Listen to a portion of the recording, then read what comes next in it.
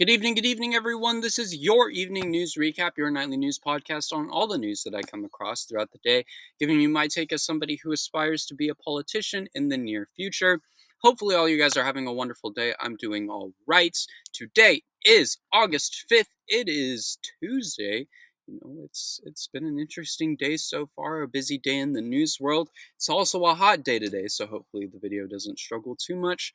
But we'll make it through. We'll try and get through the news as fast as possible so we can have as little issues as possible.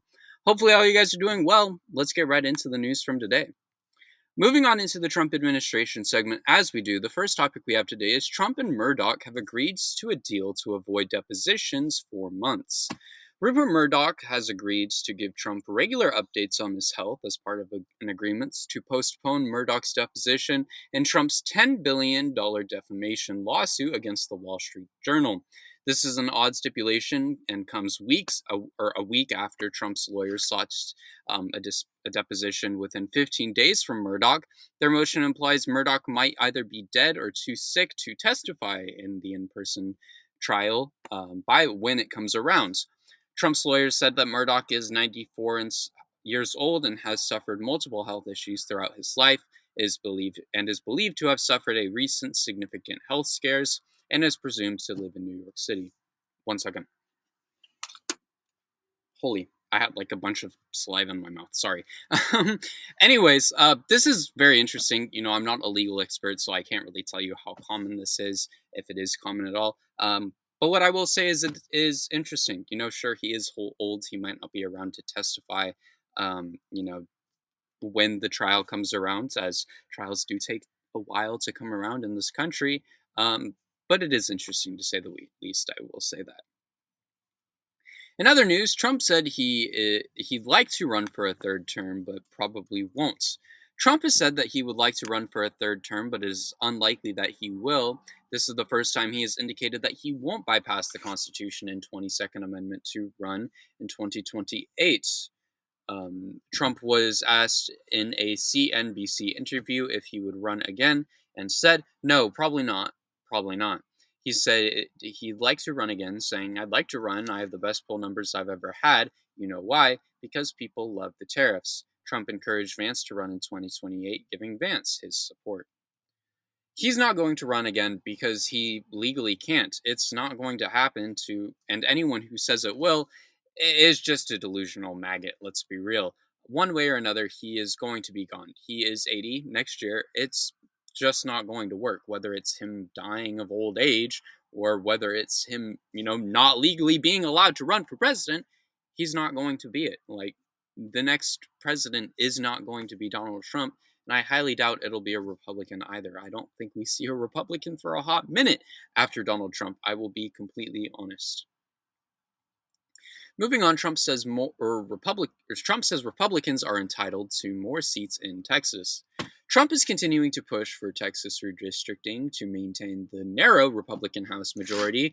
Trump said on CNBC's Squawk Box, we have an opportunity in Texas to pick up 5 seats. We have a really good governor and we have good people in Texas. And I won in Texas, and we are entitled to 5 more seats. This move from Texas has seemingly started a battle for House seats, as Democratic governors in Illinois, Texas, and California have pledged to also redraw the maps if Texas does. Trump claimed that Democrats have already gerrymandered California and Illinois, which is the reason why they have so many seats. That's not the case. And I'll tell you that right now.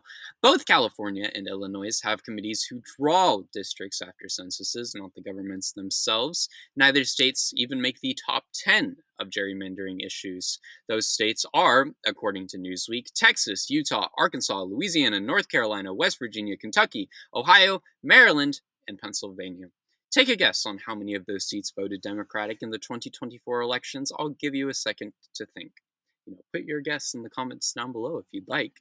That state is Maryland. It is the only Democratic state who has gerrymandering issues. Not Texas, not California, not Illinois, not all those states.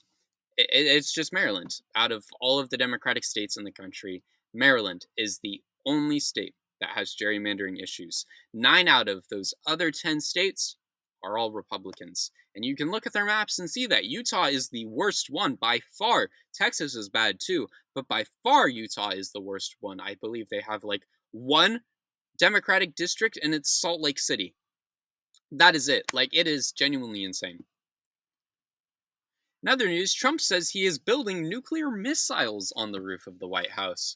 Trump was spotted walking along the White House roof, and he would tell reporters he was planning to install nuclear missiles there. He claimed he was just taking a little walk before he would, and saying he was looking to put nuclear missiles there, mimicking a projectile with his hand.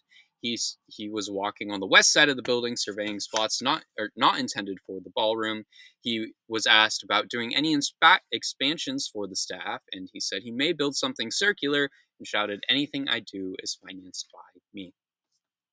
Seemingly, this was a joke. Does he plan to expand the White House even more?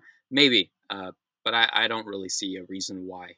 I was wondering what would happen to all the workspace removed by his new ballroom. Of course, there will be spaces needing to be created, like the First Lady's office and so many more offices since they've been removed for this ballroom.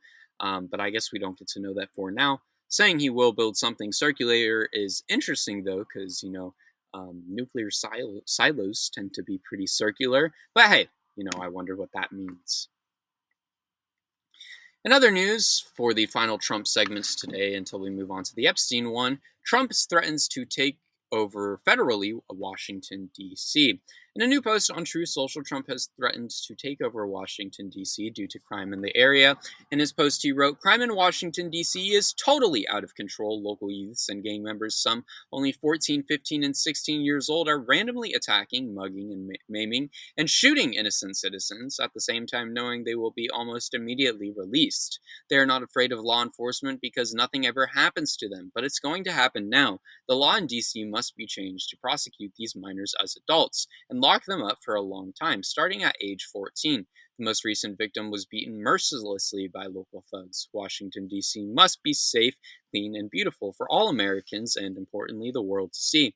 If D.C. doesn't get its act together and quickly, we will have no choice but to take federal control of the city and run the city how it should be run, and put criminals on notice that they are not going to get away with it anymore. Perhaps it should have been done a long time ago. Then this incredible young man and so many others would not have to go through the horrors of violent crime. If this continues, I'm going to have to exert my powers to federalize this city and make America great again." This is insane, but also something we all know he wants to do. I wouldn't be shocked at all if we saw an attempt to do something that is highly illegal, to say the least. The president does not have the power to take over a city. There is no insurrection in DC for Trump to end. There is nothing there for him to go and stop. He wants to take over a city against his will, and that shouldn't be allowed. Just because Washington, D.C. isn't a state doesn't mean that there aren't still people living there who have rights like the people in the rest of the states. I mean, I've said this for a long time, but areas like Washington D.C. and Puerto Rico should be states. They are highly populated areas who get little to no representation when they should. DC and Puerto Rico absolutely should 100% be states, a part of the union, yet they're not. And in my opinion, it is truly stupid that that isn't the case. If they're going to be a part of the country, might as well give them some representation. Moving on, to the Trump and Epstein segment, the House Oversight Committee has subpoenaed the documents from the Department of Justice. House Oversight Committee Chairman James Comer has issued numerous subpoenas, including one to the Department of Justice for a complete copy of the Jeffrey Epstein files, and another for depositions with Bill Clinton and Hillary Clinton. Comer says he wants the Department of Justice to turn over full, complete, unredacted Epstein files on or before August 17th. Comer wrote in his subpoena, "While the department undertakes efforts to uncover and publicly disciples additional information related to Mr. Epstein and Ms. Maxwell's cases, it is imperative that Congress conduct oversight into the federal government's enforcement of sex trafficking laws generally and specifically its handling of the investigation and prosecution of Mr. Epstein and Ms. Maxwell." This is great. Now, let's get the files released. The public needs to see those files, The public deserves to see those files, and all honestly, we need to tear down anyone who is involved with them or in them. I don't care if they're Democrat, I don't care if they're Republican, I don't care. They need to be torn down. If they are in the files, they not only need to be removed from the public, but they need to be removed from the media completely. They should not be allowed to walk the streets if they are in the Epstein files. Anyone who is in those files is a sick and disgusting human being who shouldn't be allowed anywhere near anything in the United States or around the world. They should be put in prison.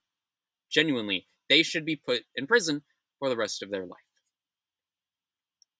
Moving on to the other news segments, we have two topics today as Ken Paxton seeks court orders to declare seats vacant.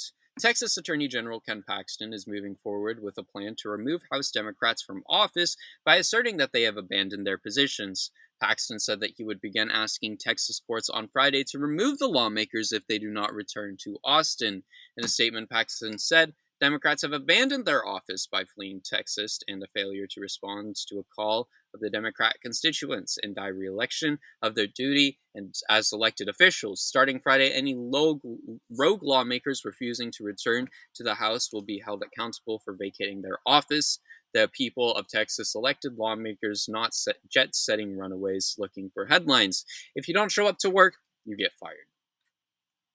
This entire situation is genuinely insane. Republicans in Texas want to illegally gerrymander the entire state and take away votes from thousands of Texans, which shouldn't be allowed. I mean, they're going to take away the voices of so many within the state, and these lawmakers are the last thing stopping them from doing so. The Texas Republicans are the ones who need to be stopped, and Democratic lawmakers in the state are the ones actively trying to do so. If they attempt to remove them from office, I mean, what stops them from removing all Democratic lawmakers from office around the country? Genuinely, that shouldn't be allowed, and they should be stopped.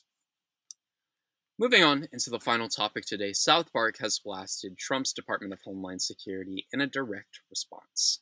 South Park continues to fire at the Trump administration and his claims that the series isn't relevant anymore. The show released a preview of their next episode called Got Nut, which parodies the Department of Homeland Security and Kristi Noem. The Department of Homeland Security used a photo from the teaser to help create a post on Twitter for recruitment, which prompted a response from South Park saying, "Wait, so we are relevant?"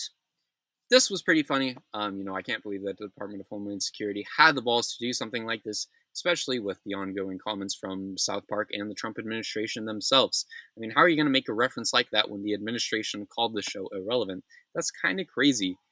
Genuinely, it's wild. But hey, I mean, I got a laugh out of it, so I'm not complaining. Hopefully you guys got a laugh out of it too. With that being said, hopefully you all enjoyed today's news. It's been an interesting one, that's for sure. Hopefully all you guys are doing well. Not too much for me to ramble about. So if you're new here, subscribe. Drop a like, drop a comment down below. Let me know your thoughts on all the news throughout the day. We're on our way to 500 subscribers. I would really appreciate it if you could help me get there. If you're on Substack, please consider subscribing. All funds go to me. They'll help me pay for the things that I'll need to pay for in college, like food, clothing, all those kinds of things. If not, you can always subscribe for free. I truly do appreciate all forms of support on this content.